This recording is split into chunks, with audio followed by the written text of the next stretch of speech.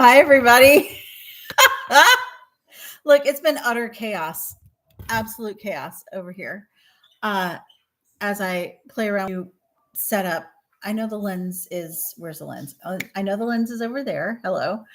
Um, also, I wrote very detailed notes for today, even though I can talk about this stuff like, hang on, I'm just trying to figure out where to, here we go. I can talk about this stuff.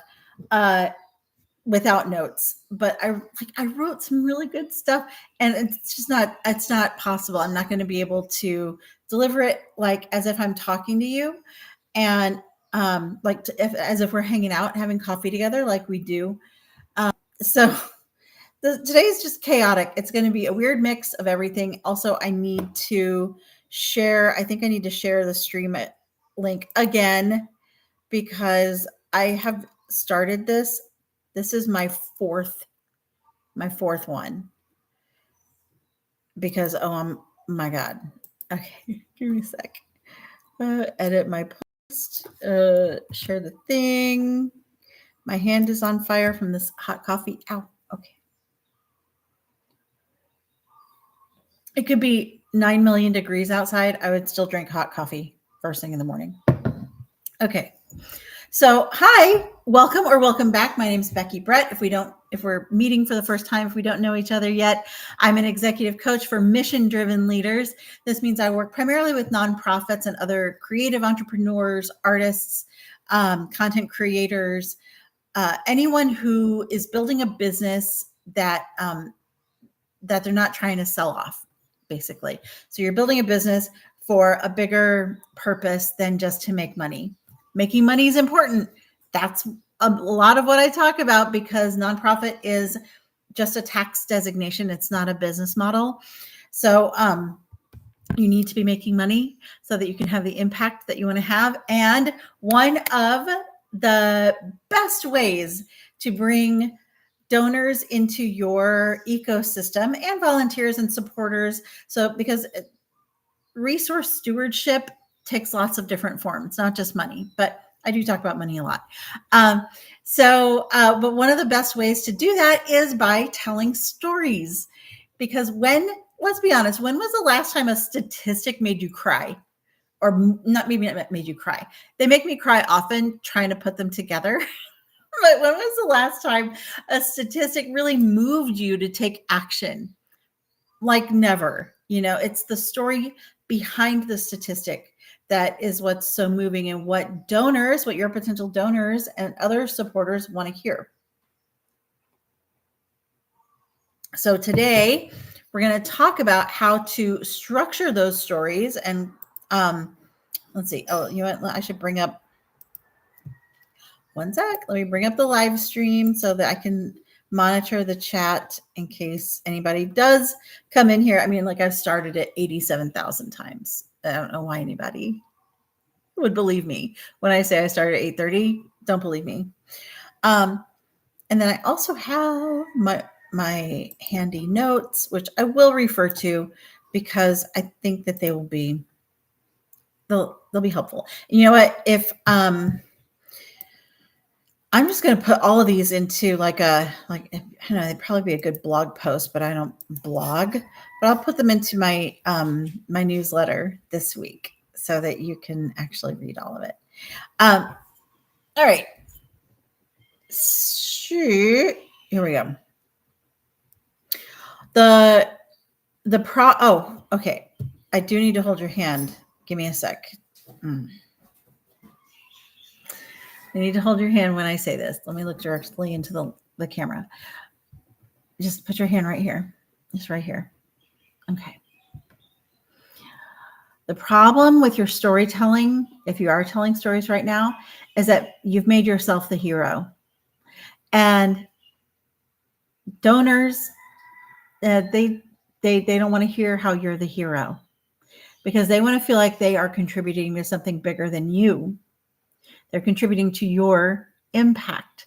So the hero of the story has to be the people you serve. And that's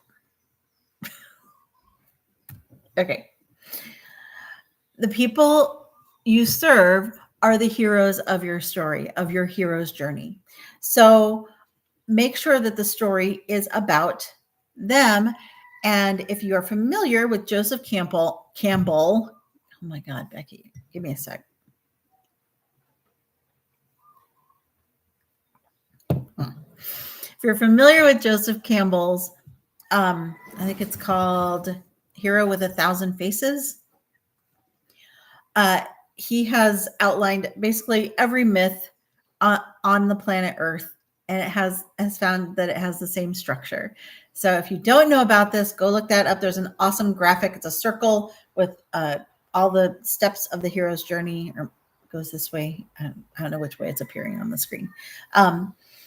Clockwise, the hero's journey, and where you are in the hero's journey is you are the helper to the hero.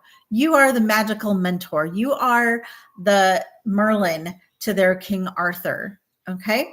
So when you're telling the story to your donors, I'm going to give you the structure and make sure that the story is about your client or the people you serve instead of you.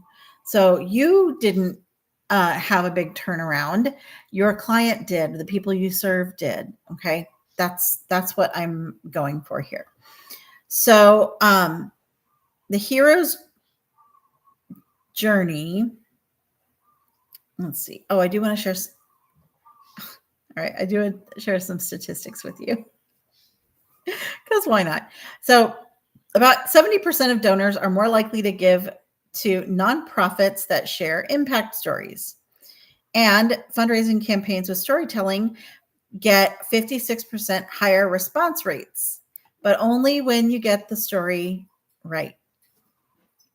So the wrong way sounds kind of like this. Our amazing organization swooped in to save the day for these poor people who couldn't help themselves. Ick. Blah. You know what this reminds me of? It reminds me of the back in the, I don't know, 80s, 90s, the TV commercials for like to feed starving children in Africa. And it was like, we help all of these kids, and look at us white people here with all the sad Black people. Gross. Blah, don't do that. Oh God, I gotta shake that off. Ooh, nasty. Okay, don't do that. It's not inspiring. It's memorable for all the wrong reasons. So that definitely doesn't make your donor feel like they're part of something meaningful. It makes them feel like they are feeding your ego, which I know is not you. I know that's not your intent. So let's move on so that you can communicate your true intentions and your heart, because that's why you're here. You are a heart-centered leader. We are here to decolonize leadership, to reconnect with our natural human communication styles, and that is deindustrialized, decolonized, and heart-centered. Okay, so we're going to use the Hero's Journey framework created by Joseph Campbell. And this is the same, look, it's Star Wars, Harry Potter, basically every movie you see. A lot of contemporary storytelling focuses more on like anti-heroes. So people who maybe aren't all that great. Like it, if anything, though, it shows that you can be a complete piece of shit and still make a positive difference in the world. Because look, we're all human, we're all flawed, and you don't have to be perfect to be a hero. That's why this works so well. All right. So I'm going to give you the basic framework. Basic. When we work together, if you ever work with me as your executive coach, then we can take deeper dives into this and work on it. And my sister is so awesome. Hi, Kay. She just messaged me on Slack. I told her this was a disaster. It was a disaster, but it's not anymore. So the basic hero's journey is there's a low point, a turning point, and then a high point. Okay. You step in the turning point. That's where you come in. So your client, the person you serve, the people you serve, is at a low point when they reach out to you. You step in and help them uncover their innate gifts. You perhaps gift them a magical potion. But you step in at just the right time, and then they use what you give them to reach a high point. Okay, is that resonating? I hope it is. So I'm going to go a little bit deeper into how this applies. I am going to just, I'm going to read from my notes because this is complicated. And I learned this a long time ago in college. I remember this was the focus of a design class that I took in college for theater.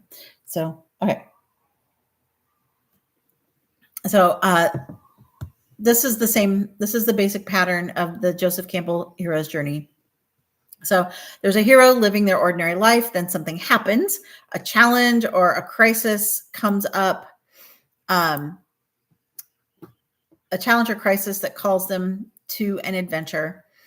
They meet a mentor, that's you, who gives them tools and guidance. They face trials and obstacles, and finally they're transformed.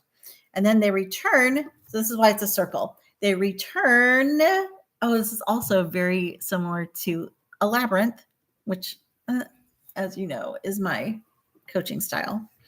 My coaching, what do I call it? Framework. So they return. They return to their world. They are changed. They are often helping. Then they often help others along the way. So here's how that applies to fundraising, because that's why we're here. The hero, this is the person your organization helps. It's the student who needs education. It's the family facing homelessness. It's the community dealing with a crisis. And the ordinary world is their life before they encountered the problem you solve. Their call to adventure, which frankly, no one wants this kind of call to adventure, but here we are. But their call to adventure is the crisis or the challenge that they're facing. I hope maybe this is a good time to grab a pen. Actually, this is a good time to grab a pen, take notes. So we have the hero. This is the person your organization helps. This is their ordinary world is their life before they encountered the problem that you solve. Their call to adventure is the crisis or the challenge that they face. The mentor, this is you. This is your organization. You're not the hero. Once again, how many times can I say it? I hope someone's keeping track. You are not the hero. You're the wise guide who shows up with tools, resources, and support. The trials, these are the challenges they face on their journey with your help. The transformation is how their life changes because of the work you do together. And then the return is how they pay it forward or help others. So let me think of a good one. Let's say, oh, here's one. There was a place, I don't know if it still exists in Chicago, called, can't remember. Can't remember what it's called. Something Cafe. And it started out as a place where people who were facing homelessness could go and get a meal, could be served a meal. And what was it? Inspiration Cafe. Don't know if they still exist. If they do, shout out, because you have made an indelible mark, at least on me. So the story is, to say there's a person living their life. They're facing homelessness. They're hungry. They go to the Inspiration Cafe where they can get served a meal like a regular person, because it's a mixture of homeless people in need, and regular people who are there for lunch. And so they come in. they realize they can get a meal, and they also realize they can get even more help if they need it. So there are classes, and in fact, classes. So this is where Inspiration Cafe steps in. They have classes in, or had classes in, meal prep and sanitation, so that people could go through these classes, come out certified, and able to work in any restaurant. So that's the tool that they were given, and they also receive classes on. They can receive classes and information on like money management and I don't know, basic tools of living, and so these are the things that the mentor to the hero, the Inspiration Cafe, provides them. They come out, and then they go to work, and so now they're helping others by being of service in a restaurant, and or returning to Inspiration Cafe to volunteer, or to and to just offer their skills in the cafe. So that's the return. So that's a very basic way of telling the story. I think if I knew more about the organization, I could probably do better. I know I could do better. But think of that, how that works for your organization. I'm trying to think of, okay, so like I don't need to, I'm not going to, I don't want to ramble on, but I want to tell you why this works so well. So your donors, I would say 2/3 of your donors are going to be way more inspired to support you than if they are hearing and seeing your story, especially if you can share it on video. And campaigns with videos. This is actually really important. Campaigns with video storytelling receive 114% more funding. 114%. That's 2x funding because they told a video story. But it's not just about the medium, it is about the message structure, because this is how we as humans have told stories throughout our oral history. And so make sure you follow the structure so that your donor can easily follow along also. When you, and I want to just once again say, when you make your organization the hero of the story, you're basically asking donors, I said this already, to fund your ego. Like, look how amazing we are. Give us money so we can keep being awesome. That is not going to work so well. Instead, by making the people you serve the hero of the story, then you are offering your donors the opportunity to be part of someone else's massive transformation. And that's why they give money. This is a great example. This is why campaigns like Make-A-Wish work so well, because they don't say we're amazing at granting wishes, which they are. I think that's awesome. But instead, they tell you about a specific kid who dreams of meeting their hero, and then they invite you to be part of making that dream come true. The kid is the hero. Make-A-Wish is the mentor who creates the opportunity, and the donor is the co-mentor who makes it possible. Okay, so you see how that structure plays out. Let's see. I have my own hero story. I think I don't want to tell it here. I'm going to share it in a separate video because I don't want to ramble. Too late. Okay, so the next thing I want to mention because now you know how to tell the story of your organization and what you do. You know the structure. You know who's the hero of this. Who's the hero of the story? Yes, that is right. The people you serve. Next, I'm going to give you a pro tip, and that is create a story vault. Create a shared drive where you have all your stories collected. And these can be videos, like video interviews, which are great because then you can get a transcript of it and turn that into written word. They can be so videos, they can be audio, they can be written, but have this, like, start collecting this now. If you haven't, start collecting this now, because these are what you're going to use to create donor solicitations. These are what you're going to use for grants.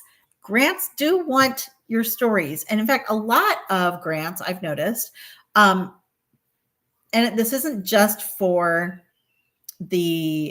okay, I didn't realize I was going to get into grant writing, but here we are.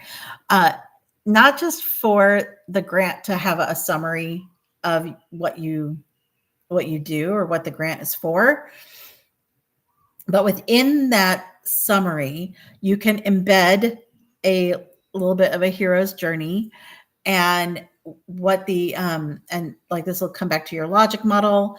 And I just nerded out for a sec there. I'm sorry.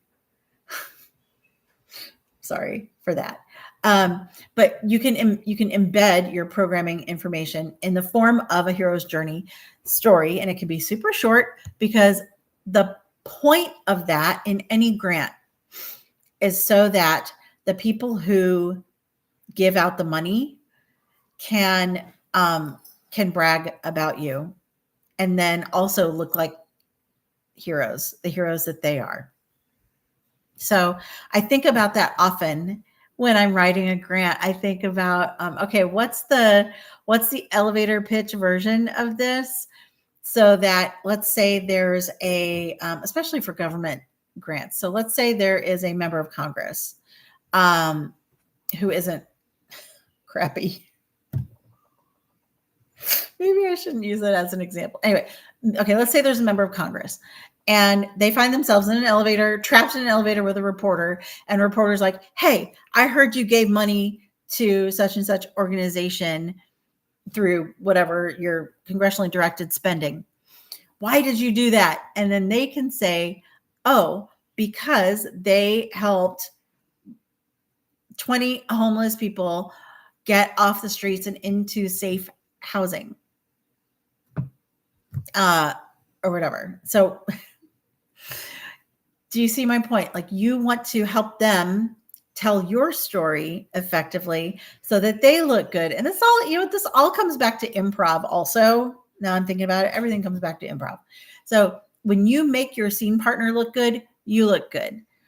When you make your funder look good because they stepped in and they were the mentor to the hero's journey for the people who you serve, then you also look good, and they want to give you more money then.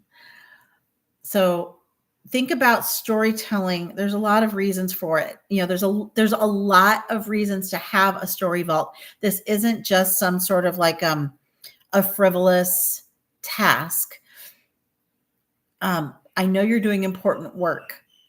I know that the mission keeps growing and your resources are not growing with the significant or the scope of your mission. It's challenging. It's hard. But having stories on hand that you can share out to people, to potential funders, to the media, to on your own social media, having this available is going to make your life so much easier on the other end, because you'll have it ready. You can just pluck it out. You can send it off. And then that makes it easy for people to want to give you money. Does that make sense? Please, if you have any questions about this, I've been rambling for 25 minutes now.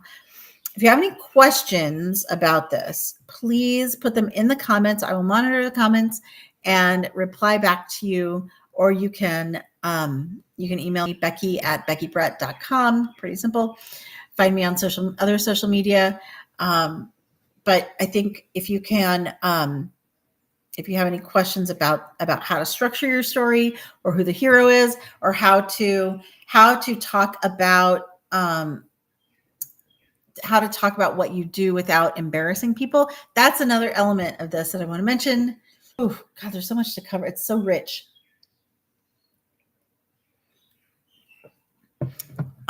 The reason why we get the ick from watching those old commercials about feeding hungry kids in Africa is because of how disempowering they are for the people who are suffering.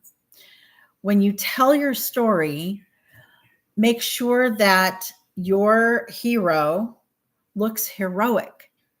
Make sure that you don't disempower them. What they're going through would probably put all the rest of us on our knees. What they are going through, and what they are overcoming, and the way that they're doing it is so empowering. You need to empower them and acknowledge them for what they're going through, and their willingness to take that hero's journey with you. So I just want to mention that as a story structure thing.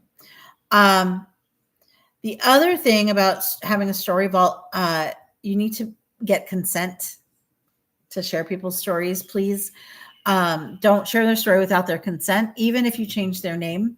So it helps to have releases available right away when people sign up for your services. Or if you're working with somebody and you can see that you're going to want to use their story as one of your successes, then get them to sign a release right away. There are, hey bird, sorry, my front lanai is right there, and these yellow-billed cardinals like to hang out. Excuse me. I have a lot more to say about this. Oh my gosh, I'm going to have to do another video because I've gone on way too long already. There's some structure stuff and some practical examples that I'm out of time. I'm out of time. If you want more of this, if you want more information about the hero's journey story, or how to structure your story vault, how to do all of this, then please comment below and I will make the how-to video.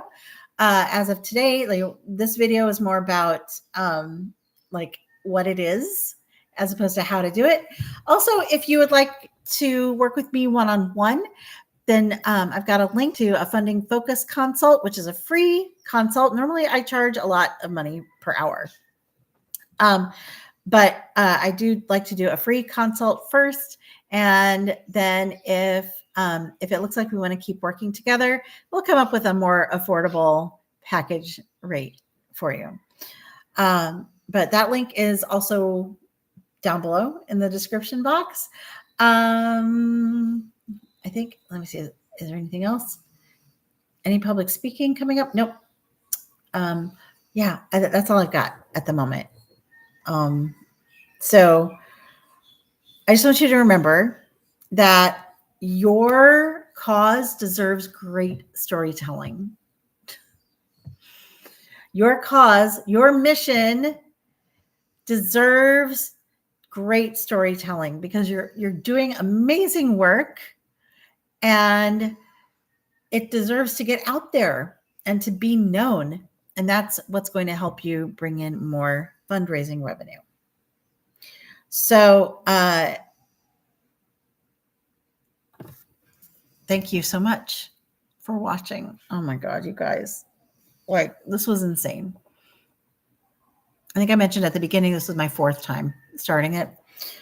So thank you for watching.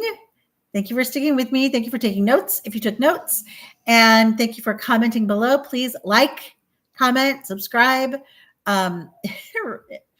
hit that notification bell so that you know the 18 times I go live next week. Hopefully there won't be 18. Hopefully just one. Just the one. I am so impressed with the work that you do every day, and so grateful that I get to be part of it in my own way, that I get to be the mentor to you as the hero of your own story. So thanks so much for joining me. I will see you next week, 8:30-ish a.m. Hawaii time, 2:30-ish p.m. Eastern time. And in between, just like I said, just find me on social media and we'll connect there. Thanks so much. And excuse me. Aloha. I'm going to try and figure out how to end this with my screen not working so great. All right. Aloha. I will see y'all next week. Ahui ho.